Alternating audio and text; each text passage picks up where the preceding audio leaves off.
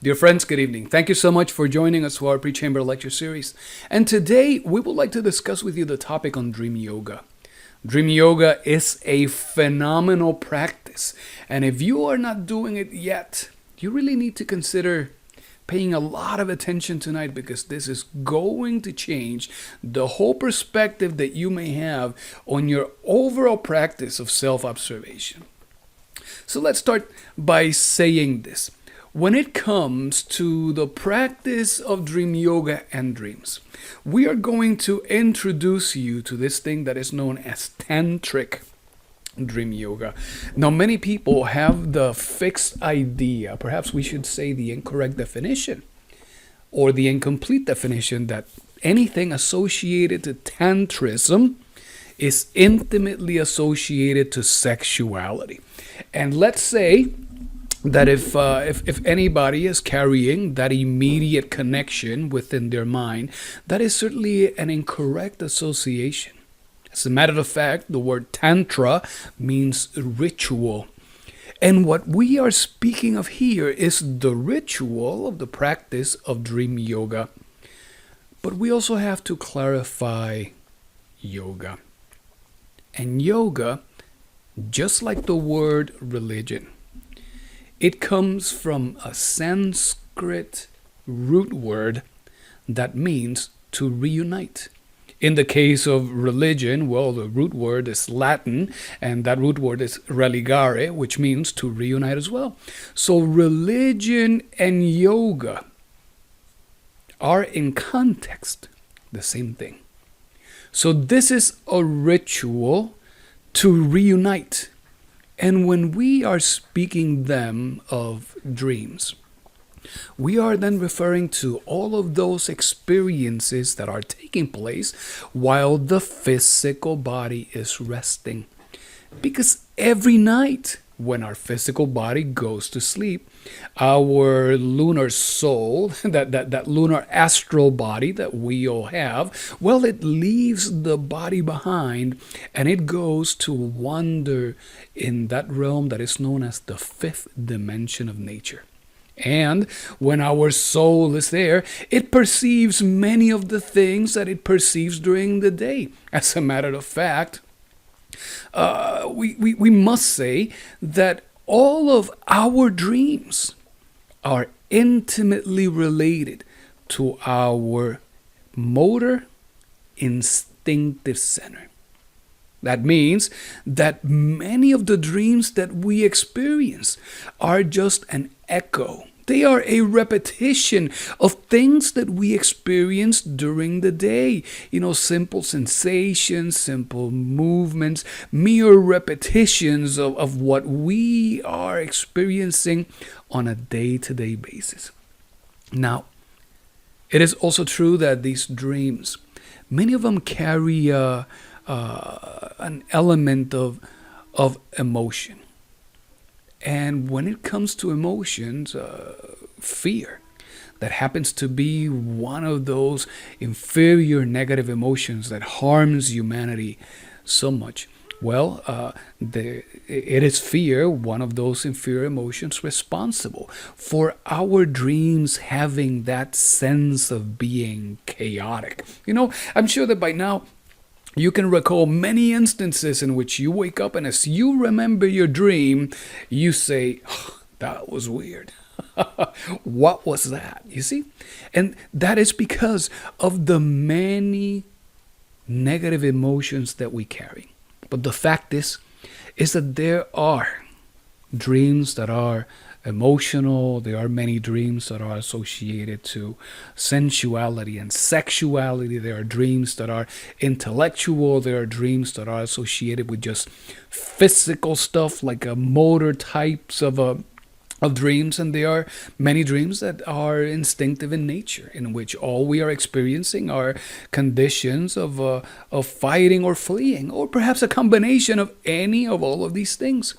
But Samael tells us the most important dreams, those intimate experiences of the being, are the ones that are associated with our superior emotional and our superior mental centers. And whenever we experience a dream that is associated to the superior emotional and the superior mental centers, Samael says these dreams will always characterize themselves because of some kind of dramatic formulation that takes place during the dream itself. But when it comes to reunion, when it comes to ritual, and when it comes to this thing that we refer to as dreams, because it is our soul, the one that is wandering in that lower realm of the fifth dimension. When we awaken our consciousness within the dream state, when we find ourselves experiencing a conscious astral experiencing, the experience then becomes very useful so that we can receive messages from the innermost, so that we can be in direct contact with the great adepts, with the great masters. It also gives us an opportunity to establish a direct connection and communication with the many different aspects and parts of our being. So the whole purpose of this tantric dream yoga is so that we can learn to capture consciously all of the symbols, the messages, the teachings, the warnings that become available to us at any given moment only through the experience of the dream. And for us to make of this a ritual, well, we have to realize that like in every ritual requires of preparation. It requires of execution, and it requires then of an exercise of retrospection where we can revisit it. And when it comes to the preparations that we need to set in place for a successful dream yoga experience, we have to start breaking away from our many bad habits. And we have to start looking at the condition of our bedroom. Because many instances in our bedroom, well, it is true that we all have in our bedroom another copy of the same magical drawer that we tend to have in the kitchen. See, everybody has that drawer where, everything tends to go in there, and because it is such a small footprint, well, by law of probability, you tend to find what you're looking for with relative quickness. So we have that in our bedroom as well. But in many cases, beyond that little messy drawer, we have a closet that could be just packed with stuff. Very messy. We could find in our bedroom that we have a lot of dust, that we have traces of odors that we have gotten accustomed to, that we have stuff that is shoved under the bed, that, all of these things that imply some kind of disorganization and disorder. We really have to look into them. And when it comes to breaking these bad habits, we have to make sure that our bedroom, that it is always clean. We have to make sure that our bed is not only clean, but that the bed sheets, that they are fresh. That we are not using the same bed sheets for 2 or 3 weeks. We have to make sure that we perfume our bedroom. If we happen to have the perfume of our zodiac, by all means, that is a phenomenal thing to use. But if not, we can always use frankincense. We can always use the essence of roses. When we perfume our bedroom, we start creating very subtle influences in our superior emotional center. But beyond that, if within our bedroom we keep it clean and organized, and we add into that just some good classical music that directly stimulates the superior emotional center, then the experience is set so that it can be so much more fruitful and productive. You know, when it comes into our bedroom and our bad habits, dear friends, if you happen to have old coffee mugs that have just dried because of how long they have been there, if you happen to have garbage cans in your bedroom that only get emptied once a month or when it just overflows, if you happen to have pets and your pets have taken a little tinkle here, or if you have birds and you have all of that bird dander and you have droppings of birds in your bedroom, these are all conditions that are certainly not optimal. And if that is what is happening, well, we cannot be surprised if our astral experiences become very few, if any, or if they become productive at all. So we need to be sincere with ourselves, and we need to go back and look. What is actually happening here, and how exactly our bedroom should look? Look, if you have an opportunity to add beautiful pictures, if you have the opportunity of adding beautiful art, all of those things create an impression that is so deep in the psyche that it becomes very, very conducive, and you start setting the right causes and conditions for a phenomenal tantric dream yoga experience. And just like for any other practice, we have to be self-demanding. We have to be very diligent, and we have to be tenacious. So we're going to share with you here many of the things that you need to do, and it is up to you to apply the degree of diligence that is necessary on getting them done. And just because it may not work for you the first time, don't just give up. You have to be tenacious, and you have to be self-demanding in your practice so that it can give you the most positive results. Samael speaks about this concept called the oniric memory. If you happen to come across this phrase, anything that is associated with this thing oniric, that is indicative of an experience that is associated to the dream state. And it is very important that we start developing our memory and our ability to recall so that we can bring back from all of these astral experiences as much fruitful information as we possibly can. It so happens that one of the many parts of our beings is called the maiden of our memories. And this is that derived aspect of our being that is responsible of bringing back into the physicality the experiences that we enjoy while in the dream state. If you happen to be waking up in the morning and not remembering your dreams, we recommend that at the time of you going to sleep, as you are expressing your gratitude and your gratefulness for the events of the day, that you ask your innermost to extract its maiden of memories, to bring forth that derived aspect of itself so that it can help you bring back those memories into the physicality. Ask with a sincere heart. There is certainly no specific prayer. There's no specific formulation for you to elevate this request to your innermost. But as you do it, start noticing that as you wake up in the morning, suddenly images become more prevalent.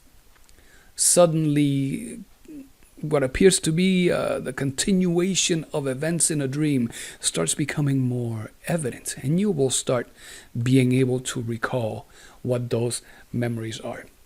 But just like in our exercises of meditation, we have to keep in mind that the oniric experience is an extension of our day experience. During the day, we wander around in the vigil state, and while our body is just awake, we tend to be daydreaming, and at night, well, while our body is sleeping, we tend to continue then night dreaming, while our soul, our lunar astral body, has left the physical body behind. So we need to learn to receive all of these images, develop that oniric memory so that we can recall everything that we saw, heard, and experienced. And then we need to learn to interpret them without the battle of antitheses. And this becomes very important simply because all dreams are meant to be symbolic. And the moment that we try to look at the symbols and we start making use of our limited logic and the constant comparative process of the mind, we will not be able to make heads and tails of what the message in the dream was or what the dream even meant.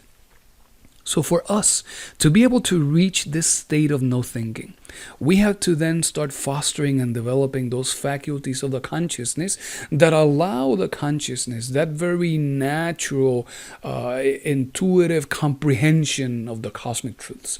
That means that we need to get benefit from chanting mantras, particularly the mantra E, that works with the chakras of the head, and the mantra O that works directly with the chakras of the heart, and the mantra A that works directly with the chakras of the lungs, and also the mantra E that allows us to develop the faculty of that inner ear so that we can listen and hear clearly without the ears of the flesh. E, E, O is included. In that sequence of those 5 mantras, it allows us to start priming our human machine so that those chakras can be vibrating in the right harmony. Because when we do that, not only we start perceiving better when we are outside of the physical body, but we also start enjoying of the faculties of imagination. We can see clearer.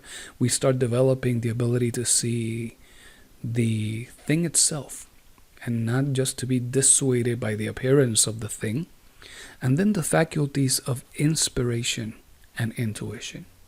The first one that tells us what is the significance and the reason of what we're experiencing, and the second one that reveals immediately to us the spiritual reason for the thing.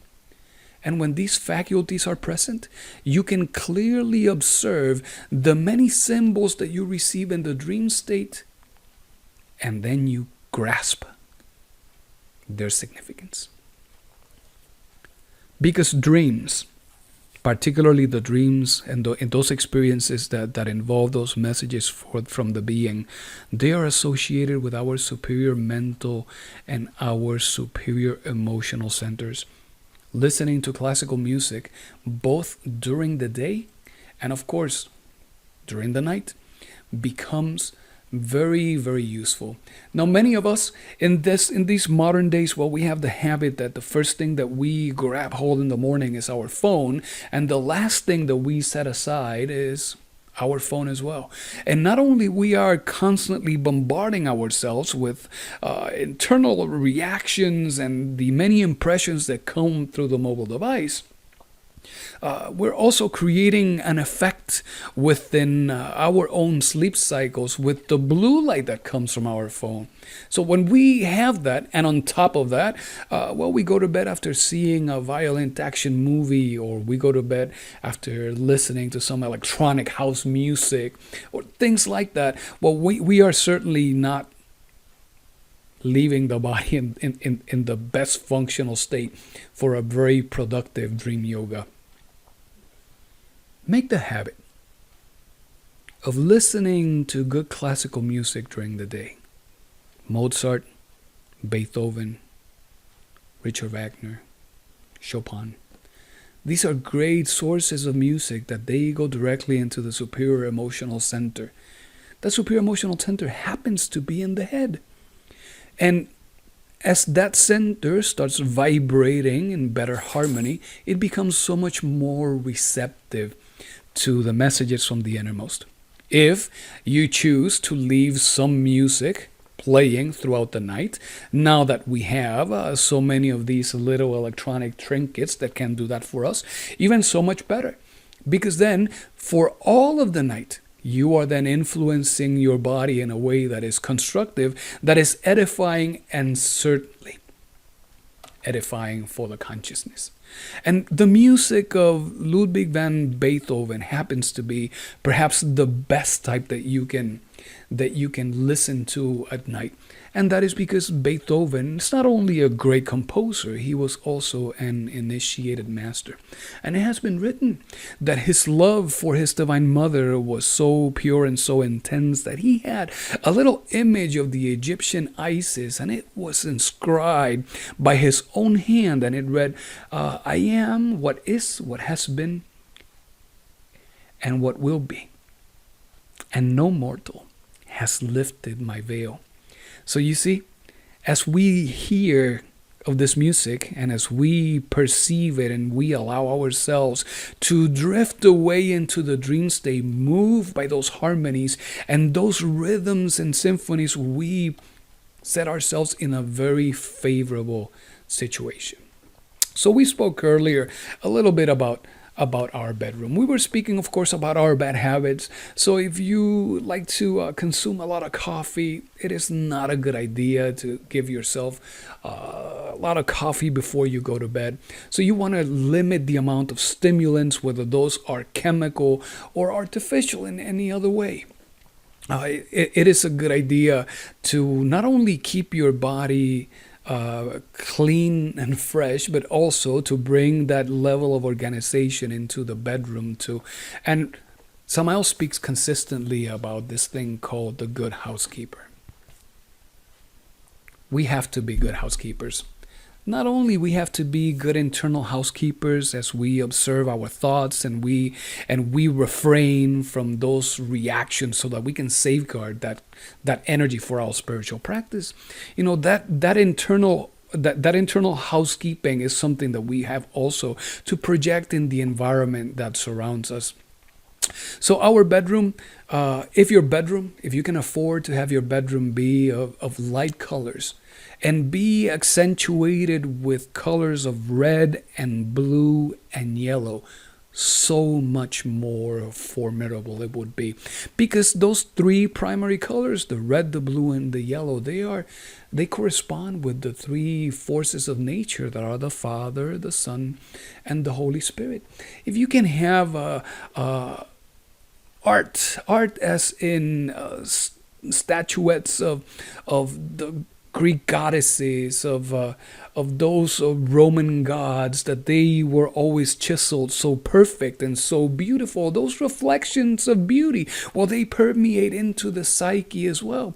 And when we combine that with good music, with a room that is organized and clean, with a bed that is completely comfortable, and a room that is just not too hot and not too cold, we start creating really good conditions for the physical body to simply relax and for the soul to drift away.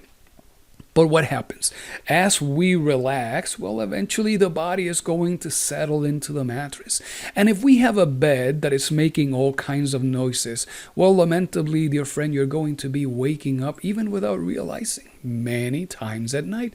And every time that you wake up, well, that is going to create an interruption in your dream. So if your bed is too noisy, let's see if you can figure out a way just to either tighten it or lubricate the right spots so that the noisiness goes away. And when it comes to the mattress, if you have a mattress that is resulting in pain in your physical body, if it is inviting contortions and bad postures that are resulting in pain during the day, well, this is certainly detrimental. So you should not have a mattress that is solid like a rock. If you have a mattress that is too soft and it is giving you pain, well, if you have an opportunity, by all means, please look at replacing that mattress. And at the time when you are getting ready to go to sleep, align your bed for purpose and not just for aesthetics in your bedroom.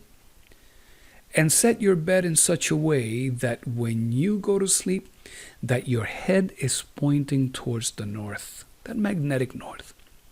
that becomes very useful because that means that you are aligning yourself with the flow, natural flow of currents of the planet. And as you're doing that, well, then you can use those forces, and just like the gentle compass aligns itself without much effort, so will you, and you will be able to unfold a lot easier in your body. Once all of this has been prepared, once we start making those corrections to our bad habits, and we create the right environment in our bedroom, at the time of going to sleep, ask your being to bring forth that aspect of itself that is called Morpheus. Morpheus is the god of dreams. And Morpheus has the capability of teaching us not only how to interpret our dreams, but Morpheus can help us identify one thing that is known as the initiating element. Morpheus has the ability to teach us and educate us on what to do when we leave our body behind. Because what happens in the absence of the physical body is that during the normal sleep, at those moments when the body is just resting, all of our values contained within that lunar astral body, that soul, they submerge themselves in the astral light. And those values, by virtue of the cosmic law of magnetism, they will start attracting and repelling with other values just based on that law. So as we leave our physical body behind, Morpheus can help educate us on what to do, where to go. Morpheus can be with us and help us identify specific symbols so that we do not take anything for granted. So we ask our innermost Divine Father, we ask of you that you bring forth that aspect of you that is the master of dream yoga. Morpheus, Morpheus, Morpheus, we invoke you. Come to us, come to us, come to us. And then we can say, powerful God of dreams, give us the education, the knowledge, and the guidance that is necessary so that we can make the most out of this particular dream experience. And once you have done that invocation, turn on your side. Samael says, assume the posture of the lion. And this is not only a very comfortable posture to go to sleep, but it is also one that you will notice that it will give you the best ability to bring back those memories. Because in this posture of the lion, notice that you will be resting on your right side. You will allow you will use your right arm and you will bend it and you will just rest your head on the palm of your right hand. And as you are resting on your side, bring your knees up towards your chest. Not too much, just enough to create that natural 90-degree bend if you can get up to that. And as you're resting on your right hand side with your head resting on the palm of your right hand and your left leg resting over the right one, just take your left hand and let it rest comfortably over your left hip. Over your left hip. And in this posture, simply close your eyes, continue breathing in through your nose and out through your nose. If you happen to snore, check yourself and see if you are breathing from deep in your belly or if you're breathing from a spot high in your chest. If you happen to be breathing from very deep in your belly, what experience has shown is that as you inhale, you seem to create like a larger vacuum that invites that snoring to be more aggressive. If you breathe in from your lungs, and the center and top of your lungs, you continue to satisfy your oxygen demands, and the snoring will either be reduced or perhaps be eliminated. So keep an eye on that, just also as a courtesy to your beloved spouse. So, as we have looked into our habits, as we have prepared our bedroom, as we have set the right music, and we have made the necessary invocations to bring forth our maiden of memories, to invoke Morpheus, the god of dreams, and we have assumed the lion posture. The moment that you wake up, do not move. From the moment that you wake up, and in that moment between being awake and before opening your eyes, dear friends, start right then and there your retrospective exercise. Look back and identify what was the last image that you recall from that dream, and start walking backwards in your dream and retrieve every single detail that you can retrieve. The more you do that, the better you get at doing this work. And if you have been doing your daily retrospective exercise before going to bed, you will see that then doing this becomes so much more easier. Now, there is one thing that you really need to do. Is that as you start doing this practice, once you complete that exercise of retrospection, to make this a ritual, you have planned, you have actually executed, you have done your exercise of retrospection to see what is it that you learned.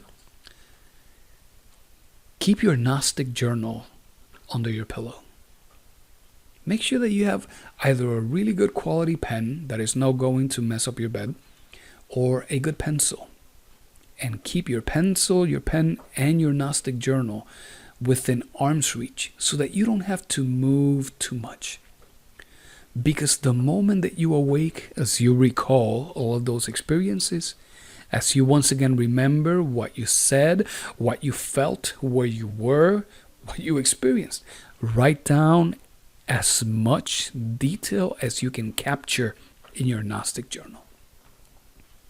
Even if at first all you remember is a single mental image frame, write down everything that you can recall of what you saw, what you heard, what you tasted, what you smelled, what you felt, what you perceived while you were in that mental image frame. Just write it all down. It is important that you write all of these things down, because when we interpret dreams, we will always rely on 4 basic laws for their interpretation. So if you happen to have your notebook, take note. We will always make use of the principle of correspondence. That is the principle that states, as above, so below. That means that if you see yourself in a dream exchanging with the police, and the police would arrest you, well, that means that you are in debt with the law. If you have a dream with the police, but the police, they do not arrest you, they do not intervene with you, well, that means that the law is observing. Notice how this principle of correspondence lets us understand what is happening up there based on what we know that happens down here. The principle of correspondence. As above, so below. The second law is called the principle or the law of analogies. Philosophical analogies. If you happen to see yourself walking in a path, and this path is very well paved, and when you look down, you see that your shoes are brand new shoes, that is an indication that you are walking correctly in the path, that you are doing the right work, meaning that you're bringing forth the right tenacity, the right discipline, and that you are being self-demanding with your work. On the contrary, if you look down and you're walking on a very rough path, a path that is muddy or full of rocks, and you happen to be barefoot, well, that is an indication that maybe you have to revisit how you are living your days, how you're managing those reactions. How is it that you're dealing with the transformation of the impressions that you're receiving on a constant day-to-day basis? The third law is called the law of opposites.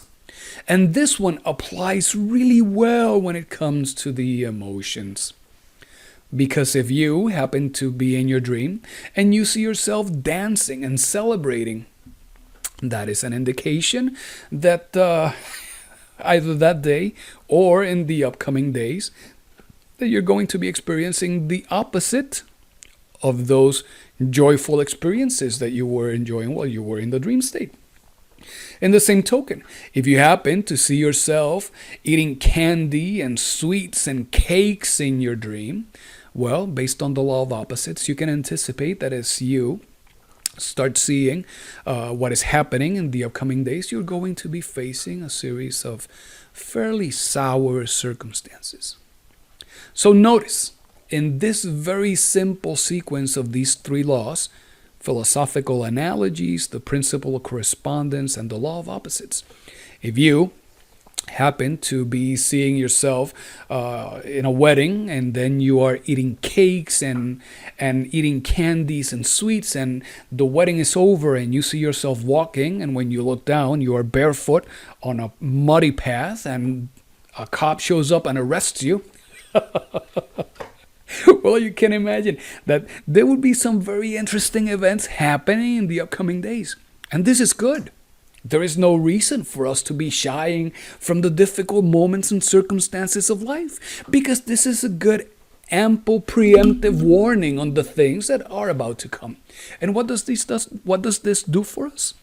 It gives us the opportunity to make ourselves even more ready, to be more keen in how is it that we are perceiving the circumstances around us.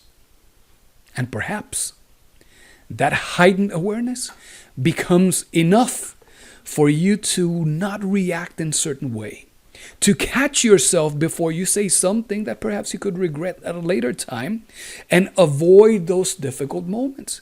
So just because we see these things, we don't have to be traumatized and thinking that the world is ending and that something really bad is going to happen, because the fact is, dear friends, is that the anticipation of death is always worse than death itself. The last law is called the law of numbers. And here we will interpret the numbers based on their Kabbalistic significance. Anything and any time that we see the number 5, whether you are receiving 5 coins, or you're seeing the number 5 on a clock on the wall, or somebody is telling you that the price of something is 5 or 500, that Kabbalistic addition, those numbers, add them together and synthesize them to their last digit. And that would give us, based on the law of number, what is the meaning of it, whatever it is in your dream. Number 1 is always associated with the Father. It is always associated with originating ideas so that circumstances can change. The number 2 is always associated to the Divine Mother, to our Mother who loves us so much. But it is also associated to the association of ideas. The number 3, it will always invite you to do things in beauty, artistically, with high ethics, aesthetics. The number 4 is always the number of the innermost, that emperor, that warrior inside. Number 5 is always associated with action and consequence, conflicts, war. Number 6 has to do with decisions. It has to do with defining oneself. It has to do with perceiving and identifying temptations so that you don't throw yourself into them. Number 7 always speaks of willpower, of triumph that comes with sacrifice. The number 8 always tells you to be patient, to be serene, Number 8 is always associated with difficult trials. Think of the tests of Job. Tribulations, tests, suffering. Number 9, it has to do with the work in the ninth sphere. The work of the initiate. It invites you to guide yourself with the light of your own oil lamp, which is the light of the innermost. So there are 4 laws: the law of number, the law of opposites, philosophical analogies, and the principle of correspondence. This is how we interpret our dreams. We don't interpret our dreams by doing a Google search for interpreting dreams. We do not do dream interpretation by going to a friend and say, I dreamt this, what do you think this is? Because they will not know. For some people, they will see rain in their dreams, and based on the principle of philosophical analogies, rain is usually translated as tears. So you can anticipate that if you find yourself and there's rain falling on you, that there will be some difficult times, either the next day or in the upcoming days. But we cannot just think that it is always like that. Because if you happen to be a person who works on the land, if you are a farmer, if your day-to-day has to do with tilling the land and taking care of crops, when you see rain, that is a moment of great joy. It is seen as a blessing. So these symbols, the innermost, will give them to us individually and particularly. Just like this wisdom, it is the same anywhere and everywhere you go in the world, but it is shown different. Among the Aztecs, among the Egyptians, among the Maya, among the Nordics. Same wisdom, different symbols. Because the symbols are tailored to the idiosyncrasies and the culture of the people who are receiving them. So we have to expect the same thing from the symbols that we will be receiving from our innermost. So, with this, if you see friends in your dream, we cannot just be so naive and say, I saw my friend in the dream. Something is going to happen to my friend because he was eating candy or sweets or he was dancing. No, we cannot just think that. Dreams are symbolic. We have to ask ourselves, what does that friend represent to me? Because some friends are a source of inspiration. Other friends, because we don't, let's be sincere with ourselves, because we don't love them integrally. We say, I like you, but, and that is stuff that we have to work on upon ourselves, okay? But as we tend to identify ourselves with some defects that our friends reflect to us, the symbol of that friend may be a representation or a symbol of that very same defect. Whether it is a defect of gossip or anger or resentment or lust, it doesn't matter. It is reflecting something to us. And if we happen to see a friend that reflects to us the defect of anger and we see him dancing and there's rain, well, it may be the right thing for you, depending on how that means to you, that is an indication in the upcoming days, as there come difficult circumstances. If you react with your anger, well, there will be suffering. So you need to keep an eye on that defect of anger so that you can continue to comprehend it and work on its elimination. Same thing if you see your mother or your dad, or if you happen to see anyone else. They are symbolic. And let's remember that our Divine Mother, with her being the womb of all that has been created, she can assume every form. She can assume any shape.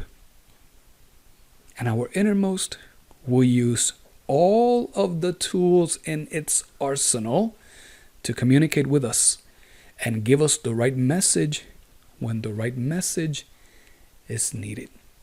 And this brings us into these things called archetypal dreams. These are dreams that come from the realm of the pure spirit.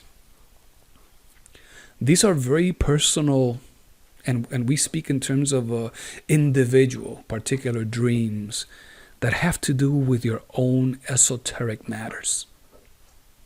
These archetypal dreams would give you an indication of your psychological state. They will give you an indication on what is your primary psychological trait that must be worked on. Because for many of us, that primary psychological trait, it could be lust, or it could be anger, it could be greed. And it could be greed for riches, just as much as it could be greed for a spiritual experience, just as much as it could be greed for the awakening of the consciousness that steals away from us any patience and any serenity from the work and just focuses us on getting a result. This is what we see in those archetypal dreams. These archetypal dreams would give us indication of successes as we have been able to undergo certain tests that could be perhaps associated with the ancient tests of water or earth or wind or fire. You see the many difficult things that happen in life. Changes, financial hardships and difficulties, having to change a job, moving into another state, conflicts in the family, all of these things associate themselves with any and all of these tests of the elements. And in these dreams, we can see how well we dealt with those circumstances. They show us what else is it that we can learn. But they also can warn us of dangers. And they can give you an indication of the actions that you are taking today as you become blind by your own desires and ambitions, of the consequences that you can see later. Because you see, many times we just put on our tunnel vision glasses when it comes to the things in life. And we tend to justify our mistakes and our wrongdoings because that is what our demon of the mind does best. We are moved by our desires. We make use of our inferior negative will to be able to force our opinions and force changes into our lives. Sometimes we do that. And because we are so focused on what we want, even, this is so common, even the well-intended advice from the people who love us is taken as a judgment, as a criticism, as an accusation of being a bad person. And we fail to even apprehend the love and the kindness and even their fear, their ability to overcome their fear to tell us these things that are so important. We discard all that and we just project our own inferior aspects into their kindness, and we say, they're accusing me. They don't know. They don't know me. And we keep plowing forward and we just keep hurting people in our path and leaving behind, all these bruises. And we will see these dreams, and you will not be surprised if suddenly you see yourself losing all your teeth. If you see yourself in your dream just with both hands and spitting your teeth on your hands as all of them fall, which is an indication that there has been a wall of protection that you have broken, that you are making yourself vulnerable. And you know this because in this symbology, it is because of the sound box that our teeth create that we can adequately communicate with others. And when that does not exist, well, the word comes out muffled. It is not clear. It becomes affected in such a way that it is not as powerful in its ability to create. You see? Don't be surprised if you're living a circumstance like that, and what you see in your dream is an airplane that is crashing. If you look around you and everything is on fire, those are not prophetic dreams. It is only when we think that we, are awakened and developed and that we have gnosis that we see that and we say, I saw the future. Future is dire. No. That's not that. That is your innermost telling you, you really need to revisit what you're actually doing, because you are not following my will. And then there is this beautiful prayer that we would like to share with you. This is a very simple prayer that you can recite every night. And as you make adjustments to your bedroom, as you perfume your bed with those essential oils that are associated to your zodiac, as you burn your incense, as you set that beautiful art and you play that classical music, you will still be tempted to make use of your ability to manage the ideoplastic and create fantasies in your mind. And you could drift off into sleep by arguing with somebody, or by telling them what you should have told them, or by coming up with all of these ideas for the future, etc., etc. Rather than using that ability of the mind that ultimately is fueled by your own creative power, rather than using it for fantasies, let's focus the mind into something that is certainly so much more useful. And make the habit of allowing yourself to fall asleep by repeating this prayer constantly in your head. Tonatsing Tetoinan, Divine Mother, come unto me and assist your beseeching child. Tonansing Tetoinan, Divine Mother, come to me, come to me, come to me. Tonansing Tetoinan, Divine Mother, with all of my heart I ask you, come to me, come to me, come to me. If you allow yourself to doze off while reciting this prayer, in a short time you will start noticing that there is the emergence of something that is known as an initiating element. The initiating element is an image. It becomes very consistent, very pervasive. And every time that you happen to see this initiating element, that is the exact moment in which you have made that transition between the visual state into the sleep state. And this is a very useful thing to be able to discern and detect. Because the moment that you see that initiating element, you can choose to use it to remain there, allow your body to go to sleep, and for you to transition into the sleep state and remain keenly aware of everything that is happening. Or, the moment that you see it, because you know that you are in that transition state between being awake and being asleep, you stand up.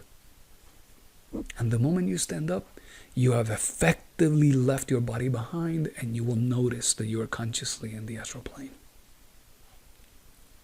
And when you do that, all you have to do is invoke the god Morpheus that you have already invoked for. Say, Morpheus, Morpheus, Morpheus, come to me.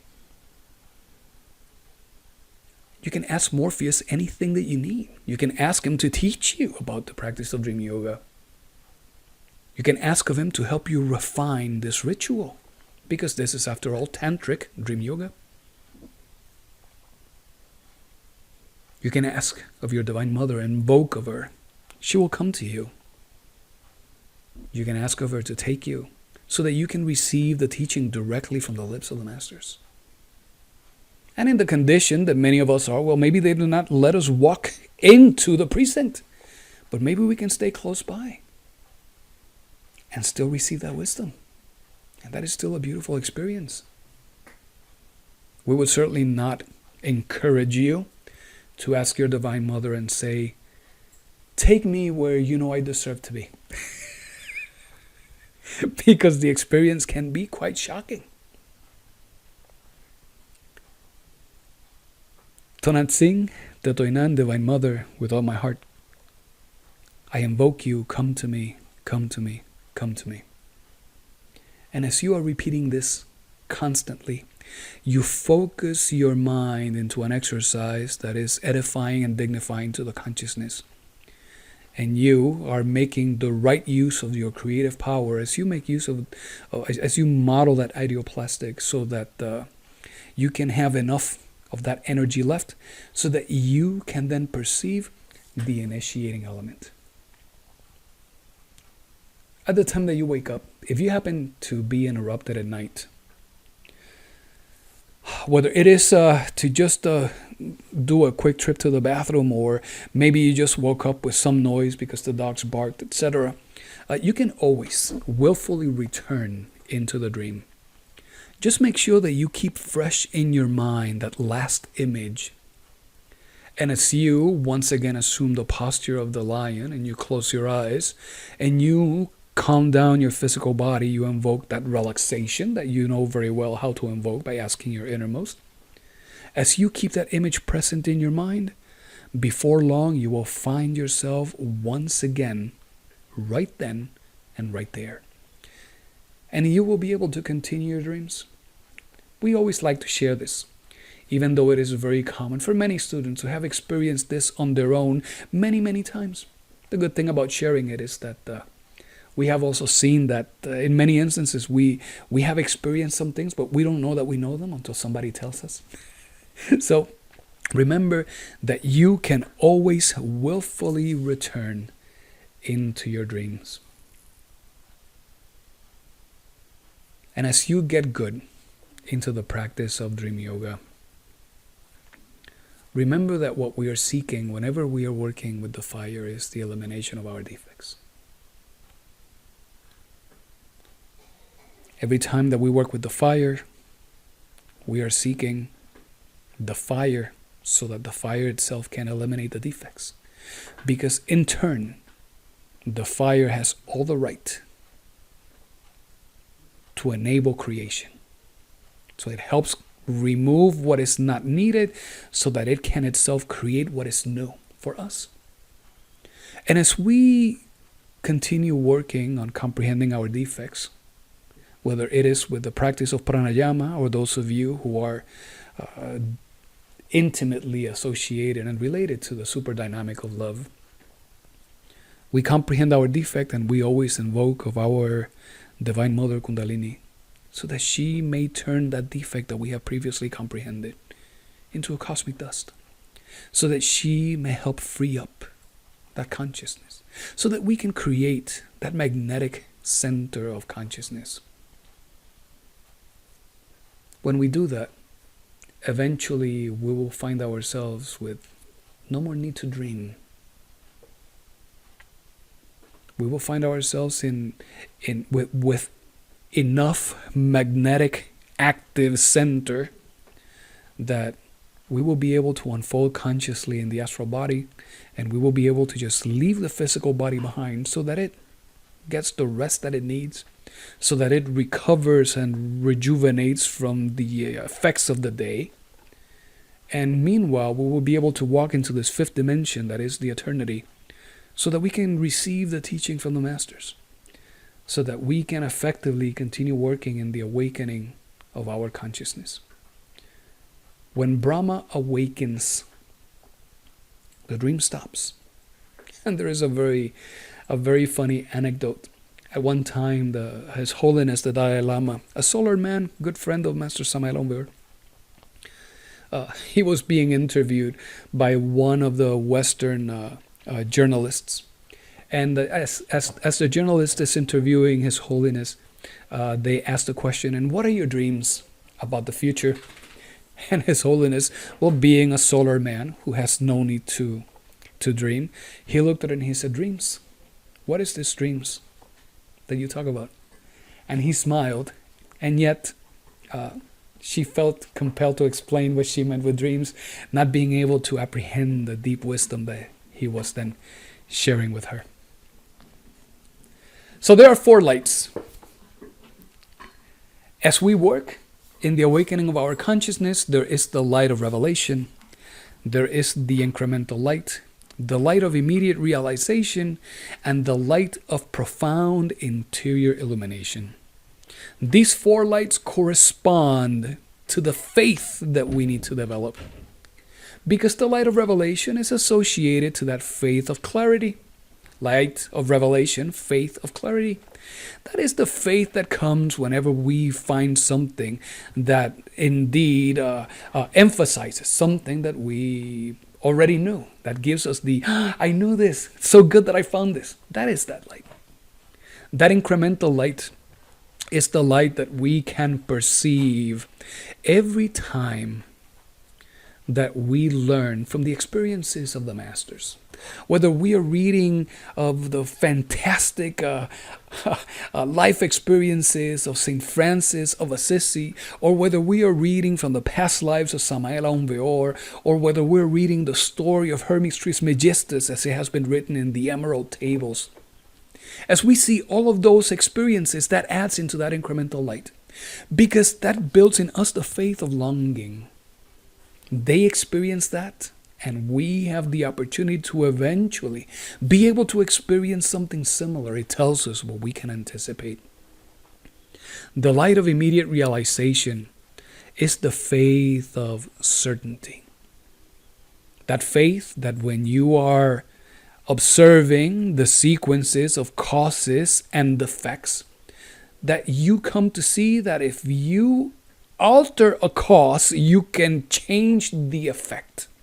You eliminate a defect, and when that defect is not present, there are no more dramas associated to that defect, simply because the actor no longer exists. And the light of profound interior illumination, that is the unshakable faith. That is the state of nous. That is that faith of the great masters. Dream Yoga helps us in the path of receiving these four lights. Dream Yoga helps us into the awakening of those four distinct faiths.